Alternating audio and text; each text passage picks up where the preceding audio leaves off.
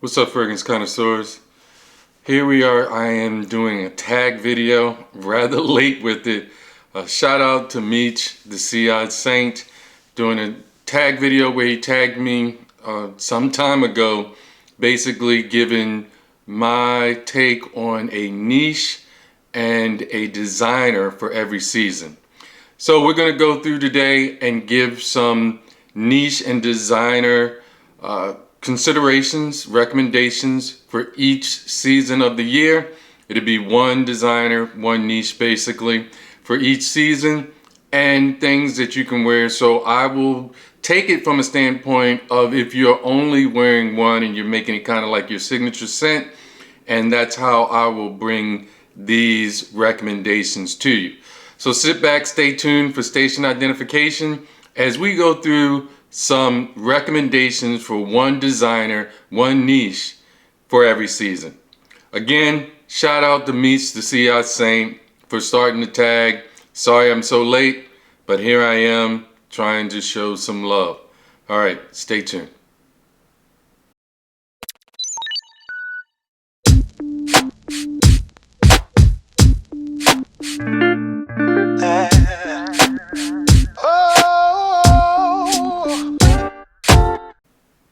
All right, fragrance connoisseurs, we're back. Again, we're going to one designer, one niche, or one niche, one designer for every season. And we're going to start with the season of the winters. So we are in winter right now. I figured that would be the best place to start. And the first one that we're going to give for a recommendation for winter is going to be Fall of Phaeton. Get that in focus. Fall of Phaeton by Argos. Fall of Phaeton by Argos. Great bottle, great atomizer. It's a great design. The plaque is hand painted and they have some great artwork, and it makes the bottles very, very appealing. Good shelf space and shelf presentation. The bottles are all basically in the same design and shape. You can get the smaller bottles as well as the larger bottles, and they still have the same type of design and plaque on the front, which is really nice. This one, Fall of Phaeton, is one of my favorites from the house, and the story that is behind it and how this develops is really nice. So the story is basically the myth of the Fall of Phaeton. Phaeton was basically a son of a god, Helios, and he wanted to prove to everyone that he was Helios's son. I believe that's how it goes. And he asked to ride the chariot, the sun chariot.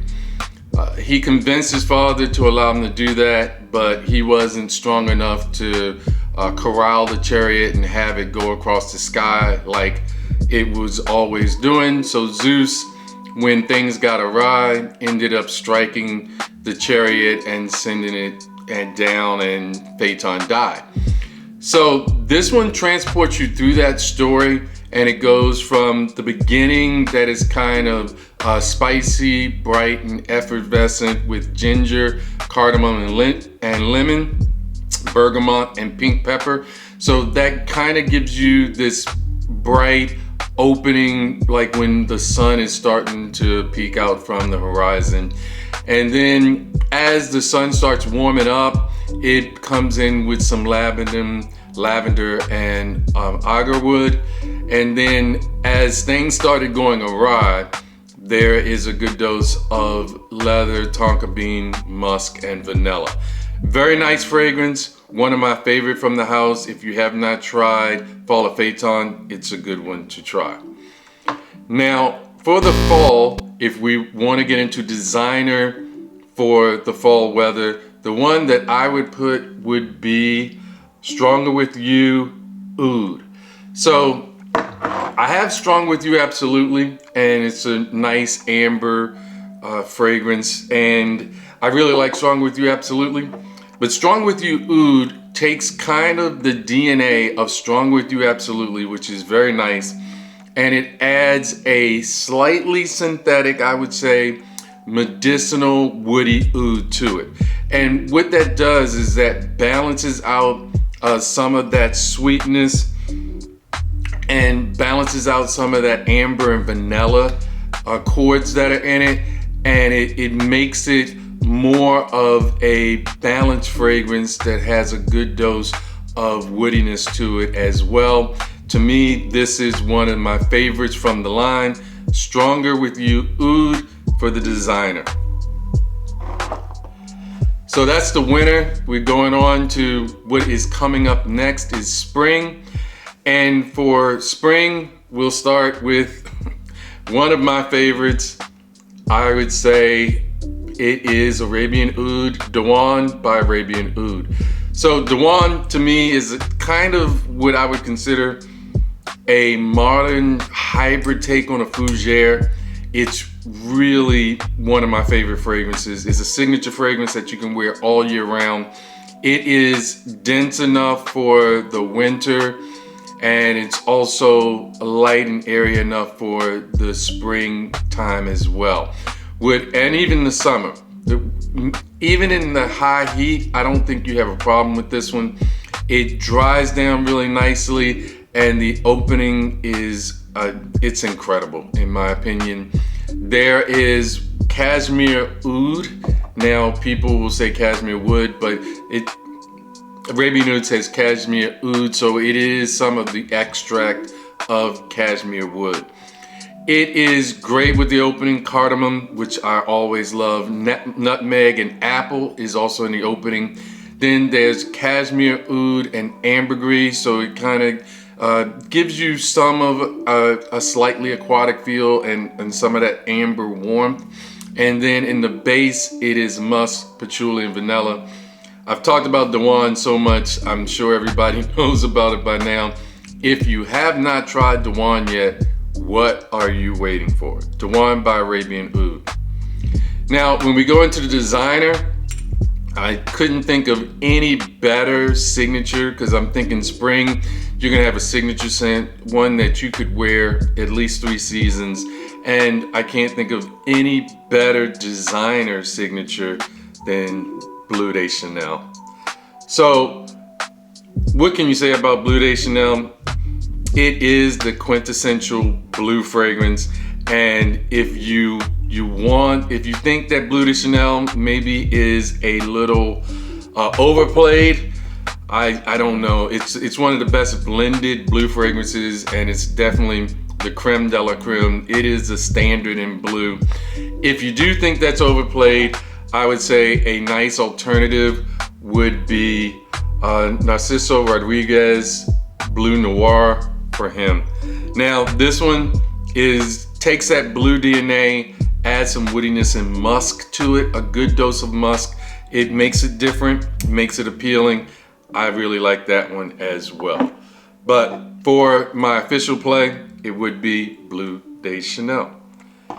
Now you come into the summer and we're getting into the warmer time and the high heat. And really, when I think of summer fragrances, the main summer fragrance on the niche side that just screams to me summer has to be this one right here. And this one is by Xerjoff, and it is Renaissance. So it's part of the 1861 collection. This is a spectacular fragrance that has a really nice dry down as well. So the opening of Xerjoff is a good dose of mint and citrus. It makes it very invigorating, very nice opening, very aromatic, and it really starts off with that lemon, tangerine, bergamot, and petitgrain. In the mid is mint, lily of the valley, and rose. The mint is very prominent, and it really stands out and brings a nice contrast to the citrus that comes in. And then the dry down is where this really shines. I really think the dry down gives it a lot more depth, gives it a lot more structure, and the dry down has a good musk base with cedar, patchouli, and amber. This is summer in a bottle, in my opinion, and I really think that you can't do much better than this for a summer niche fragrance. Renaissance, part of the 1861 collection. Renaissance by Jerjoff. Now, another great one, if we want to talk about summer, and my best pickup of last year would be Louis Vuitton Imagination. Now, Louis Vuitton Imagination, the dent, with my collection, the dent just doesn't lie. It is my favorite pickup of last year, and I wore it a lot in the summer. Louis Vuitton Imagination is just happiness in a bottle. I keep saying it, if you smell this fragrance and it does not change your mood, you need some type of psychotherapy. You need to see some type of psychologist, psychoanalyst. You need to actually talk to someone to better your mood. This is happiness in a bottle. It is a great fragrance. It has a nice tea base, but it also has a soapy, clean neroli. It has bright citrus coming in the beginning. And I mean, the bergamot and the orange in the beginning is really nice. The neroli gives you that soapy, clean feeling. There's ginger and cinnamon. And then the base is really, really aromatic with a nice black tea. It is pushed out and made a little musky with ambroxan, Gaiac wood, and aluminum. This is my favorite pickup, bar none, for 2024, and I love it. I wear it a lot, and I've even did a few videos that talked about some inspirations and how they matched up. All the inspirations were really nice as well. However, nothing came close to replacing this, and this was one of my favorite pickups. If you have not tried Louis Vuitton Imagination, I think you need to try it. The refill is substantially cheaper than the full bottle. They are refillable at Louis Vuitton. Something nice to have. Last season that we'll go into are the fall picks that I have, and the first fall pick is another one that I think could be a very nice signature fragrance. This one is Sol Boutique from Moresque, and this is an amber fragrance. However, it is a very aromatic amber. It's not as dense as you would look at when you think of Grand Soir or some of the other ambers. This one is an amber that is signature scent worthy. I think you could wear it definitely all year round. The only time I would say not to would be in the really high heat.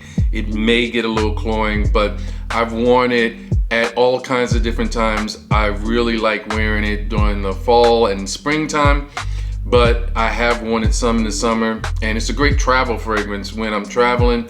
It lasts from 6 to 8 hours, so 6 to 8 hours is a really good sweet spot for this one. It projects really well, especially for the first 2 hours.